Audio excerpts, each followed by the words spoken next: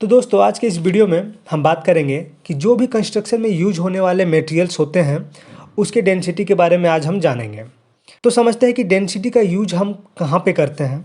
तो डेंसिटी का यूज हम वहाँ पे करते हैं जहाँ पे हम मटेरियल्स का क्वांटिटी कैलकुलेट करते हैं, वहाँ पे हम डेंसिटी का यूज करते हैं। जैसे कि अगर मुझे 1 कॉलम का कास्टिंग करना है, 1 कॉलम का कास्टिंग करना है, तो उससे पहले हमें क्वांटिटी कैलकुलेट करना पड़ेगा कि भैया कितना सीमेंट लगेगा, कितना सैंड लगेगा और कितना एग्रीगेट लगेगा।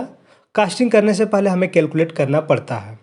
तो डेंसिटी के आधार पे हम क्वांटिटी का कैलकुलेशन करते हैं, चाहे वो सीमेंट हो, सैंड हो, एग्रीगेट, स्टील, ब्रिक, कुछ भी हो, उसके डेंसिटी के आधार पे हम कैलकुलेशन करते हैं। तो चलिए डेंसिटी के बारे में बात करते हैं। तो चैनल को आप सब्सक्राइब कर लीजिए और भी वीडियोज़ देखने के लिए। तो क्या होता है density? Its mass per unit volume. मास कितना है पर 1 वॉल्यूम में। हर एक वॉल्यूम में मास कितना है। मास को हम केजी से डिनोट करते हैं, आपको भी मालूम है, और वॉल्यूम को हम डिनोट करते हैं मीटर क्यूब या क्यूबिक मीटर, जैसा भी आपका मन हो आप बोल सकते हैं। वॉल्यूम हम कैसे कैलकुलेट करते हैं?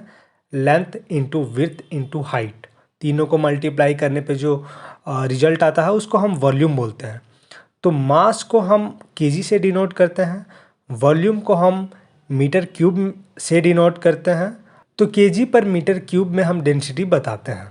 तो सबसे पहले हम बात करते हैं सीमेंट के डेंसिटी के बारे में। सीमेंट का डेंसिटी होता है 1440 केजी पर मीटर क्यूब। ये जो मैंने बताया कि सीमेंट का डेंसिटी होता है 1440 केजी पर मीटर क्यूब, थोड़ा सा इसको प्रैक्टिकली समझते हैं कि क्या है इसका मतलब। तो जैसे कि आप देख रहे हैं कि एक खाली कंटेनर है जिसका लेंथ, हाइट और विड्थ 1 मीटर होगा। तीनों को मल्टीप्लाई करेंगे तो वॉल्यूम हमारा आएगा 1 मीटर क्यूब। इस खाली कंटेनर में पूरा हम फिल कर देंगे सीमेंट, और हम वेइंग मशीन से अगर वेट करें तो हमारा जो वेट होगा वो होगा 1440 केजी। तो 1 मीटर क्यूब में हमारा जो सीमेंट का वेट आ रहा है वो आ रहा है 1440 केजी। तो इसी के रेस्पेक्ट में हम क्वांटिटी कैलकुलेट करते हैं। तो उम्मीद है कि आपको समझ में आ गया होगा। अगला बात करते हैं सैंड। सैंड का डेंसिटी होता है 1450 केजी पर मीटर क्यूब। इसका जो डेंसिटी है वो थोड़ा बहुत वेरी कर सकता है जगह के अनुसार। ये जो सैंड है ये एक स्टैंडर्ड वैल्यू है। ये सैंड का जो सैंपल है वो चेन्नई के एन्नोर डिस्ट्रिक्ट से लिया हुआ है और उसी का डेंसिटी है 1450 केजी। तो हम ये मान के चलते हैं ये स्टैंडर्ड वैल्यू है। अगला बात करते हैं एग्रीगेट। एग्रीगेट का डेंसिटी होता है 1500 केजी पर मीटर क्यूब। उसके बाद बात करते हैं ब्रिक्स। ब्रिक्स का डेंसिटी होता है 1900 केजी पर मीटर क्यूब। अगला बात करते हैं फ्लाई ऐश। फ्लाई ऐश का जो ब्रिक अभी मैक्सिमम यूज हो रहे हैं उसका जो डेंसिटी होता है वो होता है 1400 केजी पर मीटर क्यूब।